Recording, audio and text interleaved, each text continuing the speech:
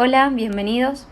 En esta primera clase vamos a introducir un poco el contenido acerca del capitalismo, que este es un sistema económico, político y social en la sociedad que justamente nos organizamos dentro de este sistema para producir y distribuir distintos elementos que se necesitan, ¿no? Bien, en primer lugar me gustaría destacar que, como ven en la presentación, este no es un sistema que siempre existió, que hay diferentes formas posibles de organización social, política y económica, y que, bueno, en particular el capitalismo lo que lo caracteriza es que se basa en relaciones de propiedad, justamente, ¿no? La propiedad privada de los medios de producción, que se diferencia justamente de la propiedad común, como vemos en la presentación, ¿no? Después lo que lo define también el capitalismo son las relaciones comerciales, ya que existe, digamos, este tipo de relación donde se divide socialmente el trabajo, se separa a los productores de sus productos, y después nos tenemos también que la característica de la relación salarial, que separa a los trabajadores de los medios de producción. Esta es una relación de explotación. ¿Pero por qué o cómo se produce esta relación de explotación? Bueno, justamente esto se puede explicar a través del fenómeno de la plusvalía, que es un concepto que introduce Marx, que este concepto no está desligado del capitalismo, todo lo contrario, justamente se relaciona y se inserta principalmente en el capitalismo. Para explicar un poco más este concepto me gustaría introducir el siguiente video.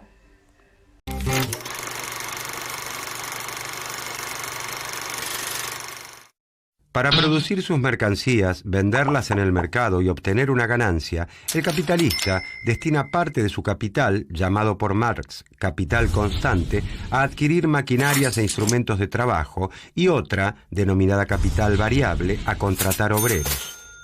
Para que el capitalista pueda contratar un obrero, el trabajador debe poder disponer libremente de su fuerza de trabajo y no poseer máquinas ni materias primas. El trabajador solo cuenta con su fuerza de trabajo para vender en el mercado y garantizar así su subsistencia. El salario que el capitalista le paga al trabajador es entonces el precio de la fuerza de trabajo. El valor de cambio de una mercancía está dado por el trabajo que a una sociedad le cuesta reproducirla. Consecuentemente, el valor de la fuerza de trabajo equivale a lo que un obrero necesita para mantener sus fuerzas y poder volver a trabajar al mes siguiente.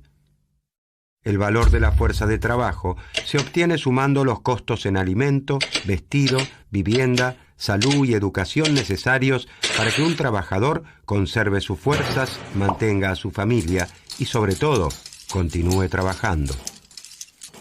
Sin embargo, para Marx, la fuerza de trabajo no es una mercancía como todas las demás, sino que tiene una característica única: la capacidad de crear valor.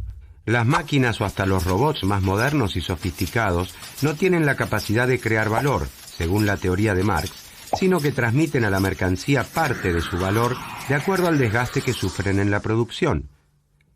Solo los seres humanos tenemos la capacidad de crear valor. Entonces el empresario le compra al obrero la capacidad de trabajar por el tiempo que dure la jornada de trabajo a cambio de un salario.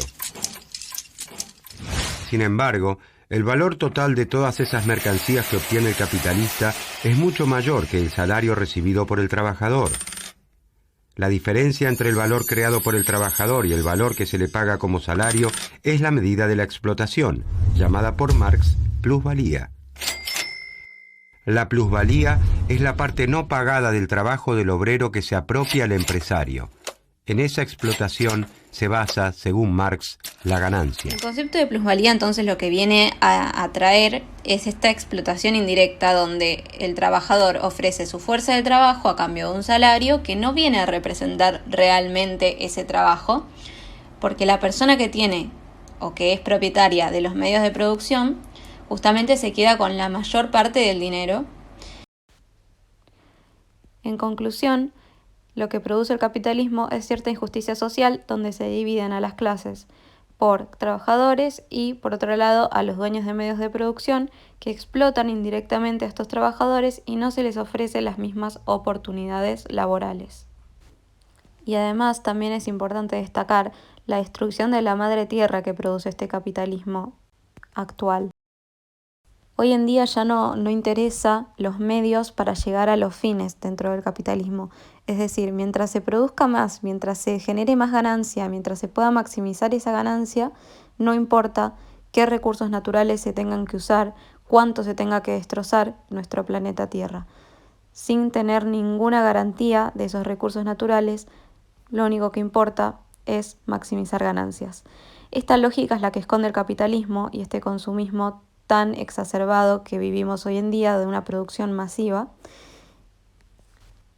Y por lo tanto necesitamos y es fundamental que como ciudadanos, desde nuestro lugar, interpelemos de esta manera, con una mirada crítica, observando y analizando lo que sucede a nuestro alrededor, porque hoy en día nos convoca esta realidad y es necesario que podamos tener esta perspectiva crítica y así poder interpelar, ¿no? Así poder intervenir en esta realidad que tanto nos convoca en la actualidad.